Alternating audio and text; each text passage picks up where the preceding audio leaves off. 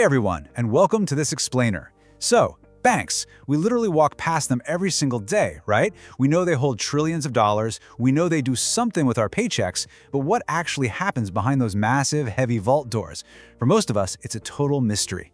We deposit our cash and then boom, it just kind of disappears into this crazy maze of digital numbers and super dense financial jargon. Well, today, we're unlocking that vault. We're going to shed some light on exactly what happens inside the banking machine, and specifically, we're going to look at how modern banks actually create money. Okay, let's dive right into this. Here's our roadmap for today. We'll start with the mystery of banks, look at their origins with the wooden bench, explore the modern banking machine, touch on the 2008 financial crisis, check out some alternatives to traditional banks, and finally, look at the future of finance. All right, Section 1, the mystery of banks.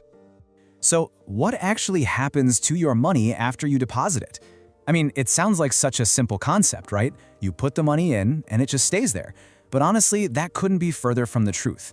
And look, ever since the last global financial crisis, public trust in these institutions has really hit rock bottom. So understanding this invisible process, it's more critical now than ever before. We really need to know what our money is doing while we aren't looking, because as you'll see, it definitely doesn't just sit there gathering dust in a vault. Let's roll into Section 2, Origins, the wooden bench. The origin story here is absolutely fascinating. Did you know the word bank actually comes directly from the 11th century Italian word banco, and that literally translates to bench? Yes, a literal piece of wood. Imagine this really vibrant, bustling scene. You've got merchants from all over Europe meeting up to trade in Italy. But they hit a huge immediate problem. Everyone is bringing different colorful coins from their home countries. There are just way too many different currencies to make trading efficient.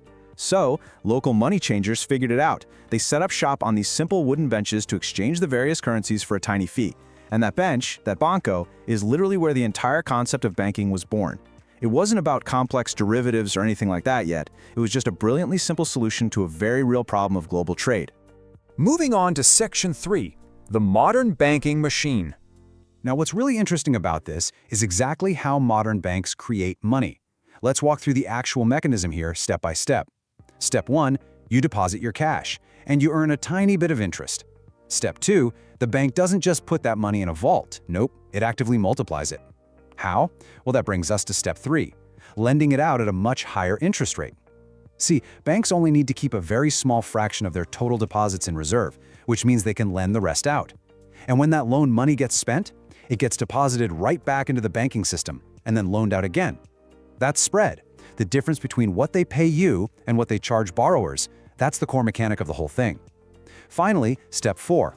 This entire multiplier process literally fuels the real economy. By extending credit like this, banks are essentially creating new money out of those initial deposits. They're sending out streams of capital to fund everything, from your mortgage for a suburban home all the way to loans for massive new factories. So the absolutely crucial point here is that banks are fundamentally in the risk management business. They are taking a calculated risk every single time they take your deposit and lend it out to somebody else.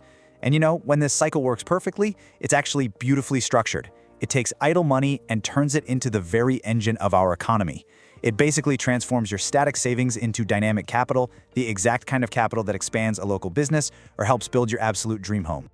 All right, Section 4, the 2008 financial crisis. So if the system is so beautifully structured, what went wrong? Well, think about traditional banking for a second.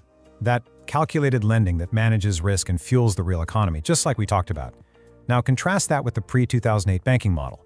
According to the sources for this explainer, major institutions, think of places like Lehman Brothers, they really shifted away from their traditional roles. In this frantic pursuit of short-term profits, they started creating incredibly complex, barely understandable financial products. It stopped being about funding factories and homes. Instead, it became all about high-risk gambling with the economy. And this reckless shift in banking behavior peaked in 2008. The result? A catastrophic global housing market collapse. Literally hundreds of billions of dollars were completely wiped out. Millions of jobs were lost in this massive domino effect that honestly affected almost everyone. It ultimately led to massive government bailouts, and to this day, it's left a permanent, dark, stormy cloud of the public's trust in the traditional banking machine. Which brings us to Section 5, alternatives to traditional banks. So if people are wary of traditional banks now, where else can they go? What other blueprints are out there? Well, the first alternative is the credit union.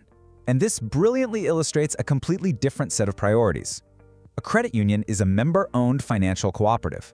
So instead of focusing on profit maximization for outside shareholders, which, as we just saw, is what drove the 2008 crisis, credit unions focus on shared value and community benefit. If you bank with a credit union, you are literally a part owner of that friendly community institution. This fundamentally shifts the incentives away from risky gambling and puts the focus right back on local economic stability. Next up, we have crowdfunding. Look, we live in a digital age, and technology now allows us to just bypass the traditional bank vault entirely. With crowdfunding, large groups of small investors connect directly to fund ideas, businesses, or projects. You're effectively cutting out the middleman. You don't always need a massive centralized bank to gather deposits and make loans anymore, not when a digital network can connect thousands of small contributors directly to the creators and entrepreneurs who actually need the capital. Finally, there's microcredit.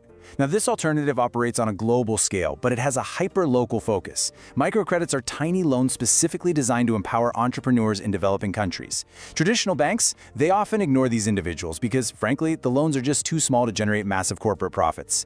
But providing just a little bit of capital to, say, open a vibrant local shop, that can have a massive, direct impact. It helps lift entire communities out of poverty from the ground up, just by trusting individuals to build their own futures. And our final section, Section 6. The future of finance. Okay, we have covered a whole lot of ground today. Look, banking itself, the actual act of providing funds to people and businesses to manage risk and grow, is absolutely essential for our society to function. We literally rely on it. But as we've seen, the mechanisms are rapidly evolving. The future of finance is no longer just about understanding how traditional banks create money behind those massive vault doors. The real question is, who will provide these financial services in the future? Will it be those massive centralized banks, transparent community-owned cooperatives, or maybe decentralized digital networks? That new financial system is being built right now as we speak, and ultimately, its shape is entirely up to us to decide.